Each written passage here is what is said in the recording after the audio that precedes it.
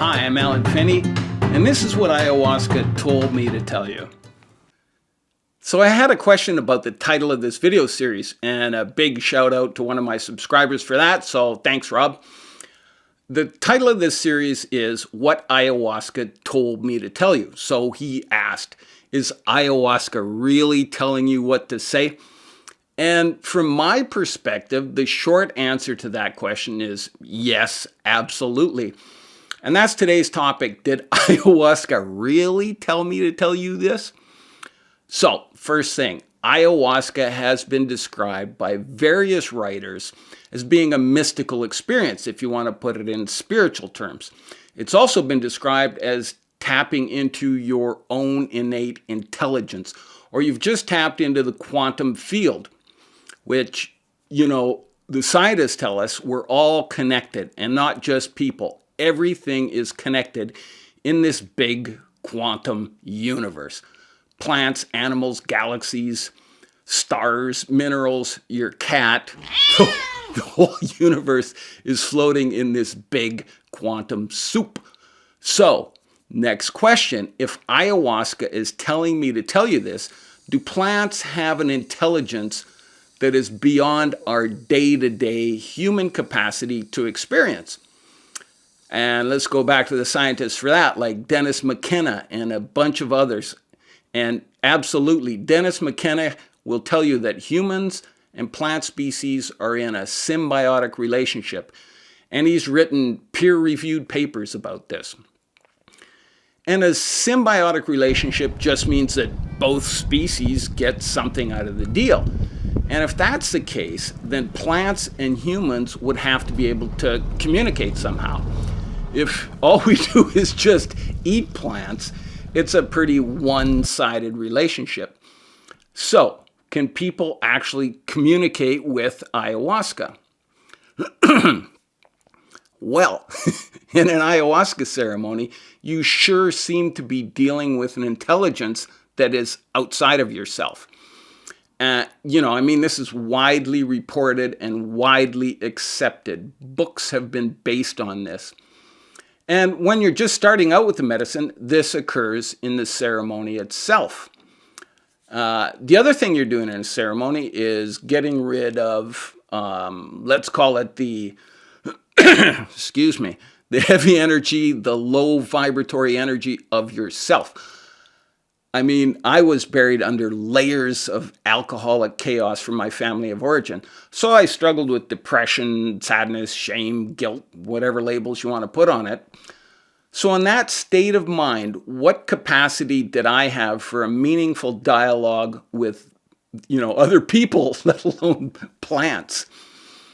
Anyway, as you shed that negative energy in your ceremonies, you become just more aware of things. People, love, plants, gratitude, joy.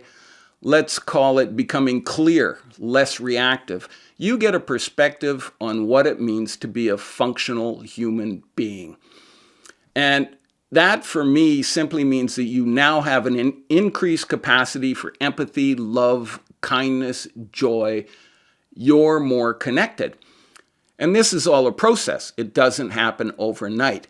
But as I continued my work, I found out that I was less reliant on the ceremonies for this, and my own spiritual practice, if you want to call it that, basically meditation and trying to be firmly in the present, I could access that connection outside of the ceremonies.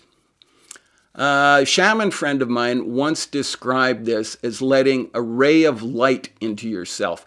And once you realize that light is there, and as you continue the work, you can expand it and live more how you want to live and get rid of the things that are, just not very good for you. So now you're no longer reliant on just the ceremonies. And just as an aside, that's another thing that I found out with this medicine. And this was a big lesson for me. What this medicine wants, or what ayahuasca wants, if you can call a plant wanting something, is for people to become self-actualized human beings. Not reliant on anything or anyone, and certainly not reliant on ayahuasca itself. This was put to me in no uncertain terms. So, how I think of ayahuasca is that you are supposed to be you. Use your own judgments, think for yourself, analyze things, don't just accept what is being put in front of you. And this certainly applies to ayahuasca itself. So, okay, anyway, let's get back to this symbiotic relationship. When I first started taking ayahuasca, my idea was to document the whole process. I'm a writer.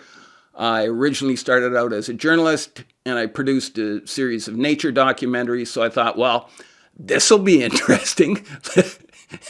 And it was. Let's get it on video. And I tried to put this series together before, and it just didn't work for whatever reason. Probably because I really wasn't ready for it. And it wasn't until 4 years after I started taking ayahuasca that I was, that I could write the scripts and produce these videos and actually be happy with it. So now when I sit down to write my scripts, at this point, it's almost like taking dictation. The scripts just flow for me, and that's, the way I consider it, it's just me and ayahuasca working together. Psychics will tell you that they're communicating with the spirit world. I mean the real psychics, and they'll even teach you how to do it. Or look at channelers or animal communicators. What are they doing? Where are they getting their information from? But I'm always skeptical about anything. And one of the big things that really cemented the issue for me, besides learning how to trust myself, was this. How did the shamans know how to combine 2 plants from the Amazon jungle to make ayahuasca to begin with? What are the odds of taking this plant, combining it with this vine, and then boiling it down, and then drinking it at night and having a ceremony? So I did the math. What are the odds of that? And here's how it worked out. By very conservative estimates, there are 40,000 plant species in the Amazon rainforest. So to calculate the odds of anyone combining 2 of those plants out of 40,000 is 1 over 40,000 times 1 over 40,000, which gives you a probability of 1 in 1.6 billion. That's some pretty big odds. So how'd they do that? And when the researchers asked the shamans, what they said was, the plants told them. And, I can kind of see what they mean by that. So you can judge for yourself whether or not I'm talking to ayahuasca or I'm tapping into some kind of knowledge, and if she's telling me to tell you something or not. But the bottom line for me is it doesn't matter where the information is coming from if you find it useful and it resonates with you and it helps you out. And that's what ayahuasca has been for me, just nothing but useful. It has improved my life so much, I can't even begin to put it into words. So if you do get some good information out of this and it helps you to access your joy or your love for yourself or forgiveness or to find some peace in your life, then I'm good. It really doesn't matter to me where that information is coming from. Until next time, I'm Alan Finney, and this is what ayahuasca told me to tell you.